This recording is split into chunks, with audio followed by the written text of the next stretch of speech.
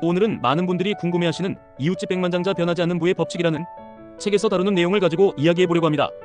특히 우리가 흔히 믿고 있는 부자들에 대한 7가지 주제들을 하나씩 파헤쳐보면서 진정한 부의 축적이 무엇인지 함께 알아보도록 하겠습니다. 시작하기 전에 여러분께 한 가지 질문을 드리고 싶은데요. 여러분은 부자하면 어떤 이미지가 떠오르시나요? 고급 승용차를 타고 명품으로 치장하고 호화로운 저택에서 사는 모습일까요? 아니면 검소하게 살면서 자산을 체계적으로 관리하는 모습일까요? 오늘 우리가 살펴볼 내용들은 실제 수천 명의 백만장자들을 연구하고 분석한 결과를 바탕으로 하고 있습니다. 그들의 생활 방식과 사고 방식을 들여다보면 우리가 흔히 생각하는 것과는 꽤 다른 모습이 보입니다. 자, 그럼 지금부터 우리가 흔히 오해하고 있는 7가지 통념들을 하나씩 살펴보면서 진정한 부자들의 특징은 무엇인지, 그들은 어떻게 부를 쌓아가는지, 그리고 우리는 무엇을 배워야 하는지 함께 알아보도록 하겠습니다. 첫 번째, 성공하려면 성공한 집단에 들어가라. 두 번째, 소득이 곧 재산이다. 세 번째, 부자는 고급 승용차를 탄다. 네 번째, 부자들은 세금을 내지 않는다. 다섯 번째, 내가 성공하지 못한 건 부자들 탓이다. 여섯 번째, 혼자 힘으로는 남보다 잘 살 수 없다. 일곱 번째, 부자들은 악한 존재다. 첫 번째로 살펴볼 내용은 성공하려면 성공한 집단에 들어가야 한다는 믿음입니다. 많은 분들이 성공한 사람들의 모임이나 커뮤니티에 들어가면 자연스럽게 성공할 수 있다고 생각하시는데요. 과연 그럴까요? 실제로 이웃집 백만장자들을 연구해보니 흥미로운 사실이 발견됐습니다. 그들 대부분은 고급 골프장이나 호화로운 사교 모임보다는 자신의 분야에서 전문성을 쌓는 모임에 참여하고 있었죠. 여기서 우리가 주목해야 할 점이 있습니다. 이들이 참여하는 모임의 특징은 무엇일까요? 바로 정보 교환과 전문성 향상에 초점이 맞춰져 있다는 것입니다. 예를 들어 부동산 투자로 성공한 백만장자들은 화려한 파티보다는 부동산 시장 분석 모임에 더 많은 시간을 투자했습니다. 그렇다면 여기서 의문이 들 수 있습니다. 어떤 모임이 진정으로 도움이 되는 모임일까? 연구 결과에 따르면 성공적인 네트워킹의 3가지 특징이 있었습니다. 참여자들이 서로의 성장을 돕는 것을 중요하게 여기는 모임, 정기적으로 전문 지식을 공유하는 학습 중심의 모임, 허례허식보다는 실질적인 가치 교환이 이루어지는 모임. 재미있는 점은 실제 백만장자들의 81%가 자신의 직업이나 전문 분야와 관련된 협회나 모임에서 인맥을 형성했다는 사실입니다. 그들에게 있어 네트워킹은 사교가 아닌 학습의 도구였던 거죠. 자, 그렇다면 우리는 어떻게 해야 할까요? 단순히 성공한 사람들이 모이는 곳을 찾아다니기보다는 자신의 분야에서 전문성을 높일 수 있는 모임을 찾아보는 것이 현명할 것 같습니다. 이제 두 번째 주제로 넘어가기 전에 여러분께 한 가지 더 물어보고 싶네요. 여러분은 지금까지 어떤 기준으로 모임이나 커뮤니티를 선택하셨나요? 잠시 생각해보시면서 두 번째 이야기를 시작해보도록 하겠습니다. 자, 이제 두 번째로 살펴볼 내용은 소득이 곧 재산이다라는 믿음입니다. 연봉이 높으면 자연스럽게 부자가 될 거라고 생각하시나요? 놀랍게도 현실은 조금 다릅니다. 이웃집 백만장자들의 연구 결과를 보면 정말 흥미로운 사실이 나타났는데요. 연소득 1억이 넘는 고소득자 중 약 40%가 은퇴 후 자산이 부족하다고 합니다. 반면에 평균 정도의 소득으로도 안정적인 자산을 형성한 사례들이 많았죠. 도대체 이런 차이는 어디서 오는 걸까요? 연구진들이 발견한 핵심적인 차이점은 바로 소득 대비 지출 비율이었습니다. 실제 백만장자들의 특징을 보면 소득의 15에서 20%는 반드시 투자에 사용합니다. 가처분 소득의 절반 이상을 저축과 투자에 활용합니다. 불필요한 과시성 소비를 하지 않습니다. 여기서 재미있는 질문이 하나 떠오르지 않으신가요? 그렇다면 고소득자들은 왜 자산 형성에 실패하는 걸까요? 가장 큰 원인은 바로 고소득은 고지출이라는 패턴 때문이었습니다. 연봉이 오를수록 생활 수준도 함께 높아지는 현상, 즉 라이프스타일 인플레이션에 빠지기 쉽다는 거죠. 고급 주택으로 이사, 프리미엄 자동차 구매, 명품 소비 증가, 이런 지출들이 높은 소득을 상쇄해버리는 겁니다. 반면 진정한 백만장자들은 소득과 상관없이 일관된 생활 방식을 유지했습니다. 그들에게는 소득이 아닌 저축과 투자가 재산을 만드는 핵심이었던 거죠. 그렇다면 여기서 우리가 배울 수 있는 교훈은 무엇일까요? 단순히 소득을 늘리는 것보다 중요한 것은 현재 소득에서 얼마나 효율적으로 자산을 형성할 수 있느냐는 것입니다. 자, 이제 세 번째 주제로 넘어가기 전에 잠시 생각해 보시죠. 여러분의 소득 대비 저축률은 얼마나 되시나요? 그리고 소비 패턴에서 줄일 수 있는 부분은 어떤 것들이 있을까요?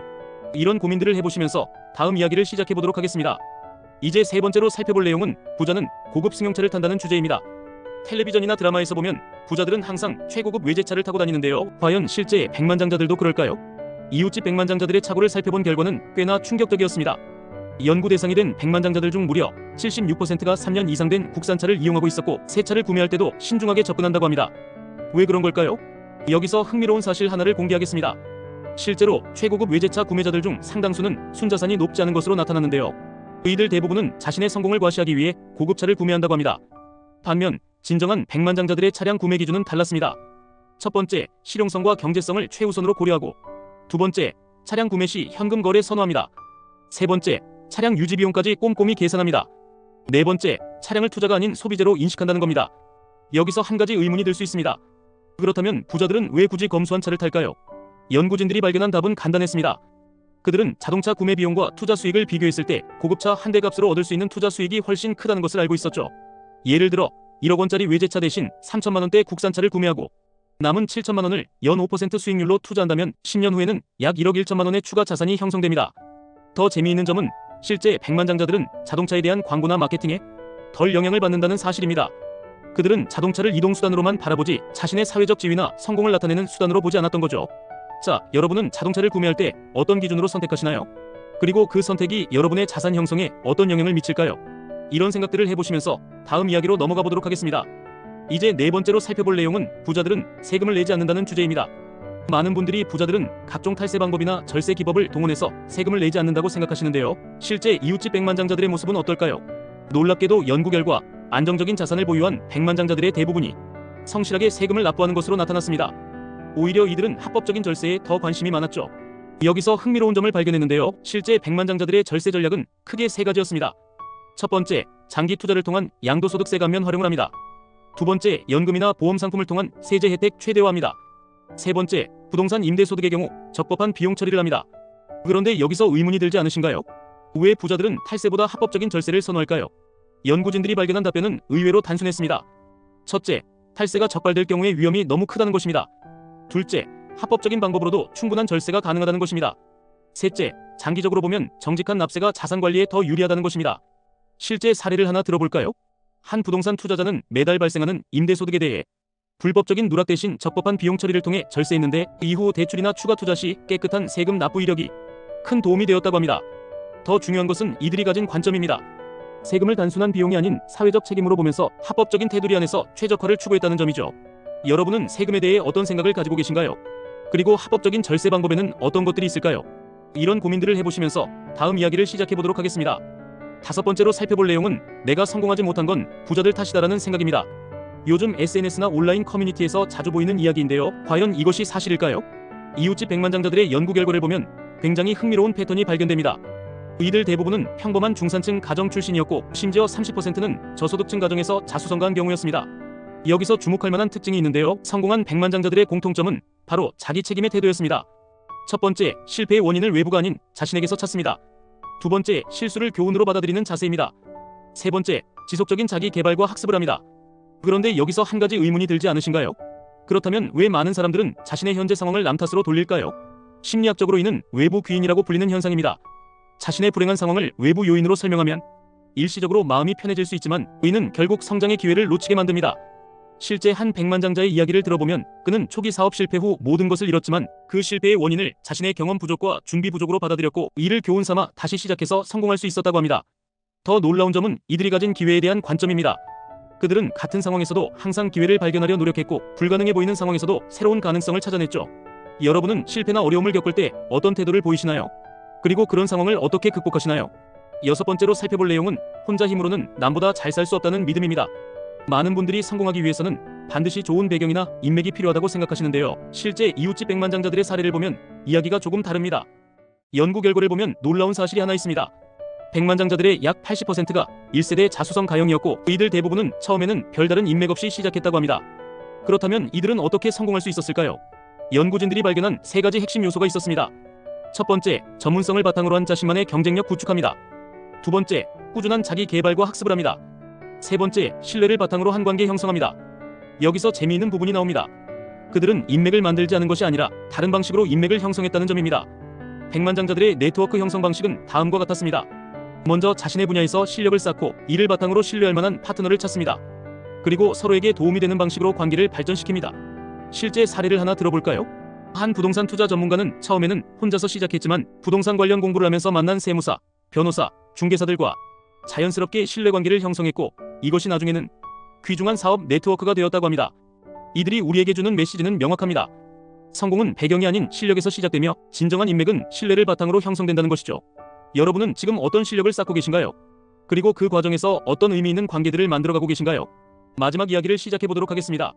마지막 7번째로 살펴볼 내용은 부자들은 악한 존재다라는 인식입니다.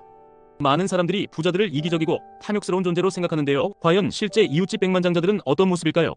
연구 결과를 보면 정말 흥미로운 사실이 드러났습니다. 조사 대상이 된 백만장자들의 75% 이상이 정기적으로 기부나 자선활동에 참여하고 있었고 지역사회 발전을 위한 다양한 활동에도 적극적이었습니다. 여기서 주목할 만한 세 가지 특징이 있었는데요. 첫 번째, 대부분 조용히 기부를 실천합니다. 두 번째, 자신의 전문성을 활용한 사회공헌 활동 선호합니다. 세 번째, 다음 세대를 위한 교육과 멘토링에 적극적입니다. 그런데 왜 이런 긍정적인 면들이 잘 알려지지 않을까요? 진정한 백만장자들은 자신의 선행을 홍보하거나 드러내길 좋아하지 않았기 때문입니다. 그들에게 기부와 나눔은 과시가 아닌 책임이었던 거죠. 실제 한 백만장자의 사례를 보면 그는 매년 수익의 15%를 지역 장학금으로 기부하면서도 자신의 이름을 밝히지 말아달라고 요청했다고 합니다. 그의 말씀이 인상적인데요. 받은 만큼 돌려주는 것은 당연한 의무라고 하셨습니다. 이제 우리가 오늘 다룬 모든 내용을 정리해보면 진정한 부자들의 모습은 우리가 흔히 생각하는 것과는 많이 다릅니다. 그들은 실용적이고 검소한 생활을 하며 장기적인 안목으로 자산을 관리하고 사회적 책임을 중요하게 생각하는 분들이었습니다. 다시 한번 주제를 요약하자면, 첫 번째, 성공하려면 성공한 집단에 들어가라. 두 번째, 소득이 곧 재산이다. 세 번째, 부자는 고급 승용차를 탄다. 네 번째, 부자들은 세금을 내지 않는다. 다섯 번째, 내가 성공하지 못한 건 부자들 탓이다. 여섯 번째, 혼자 힘으로는 남보다 잘 살 수 없다. 일곱 번째, 부자들은 악한 존재다. 자, 이제 마무리하기 전에 여러분께 질문을 드리고 싶습니다. 지금까지 살펴본 7가지 통념들 중에서 여러분의 생각을 가장 많이 바꾸게 한 내용은 무엇인가요? 그리고 앞으로 어떤 부분을 실천해보고 싶으신가요? 댓글로 여러분의 생각을 공유해주시면 좋겠습니다. 다음 영상에서는 여러분이 남겨주신 의견들을 바탕으로 더 실질적인 자산관리 방법들을 다뤄보도록 하겠습니다. 오늘 영상이 도움이 되셨다면 좋아요와 구독 부탁드립니다. 그리고 이 영상이 도움이 될 만한 분들에게 공유해주시는 것도 잊지 말아주세요. 다음 영상에서 다시 만나 뵙겠습니다.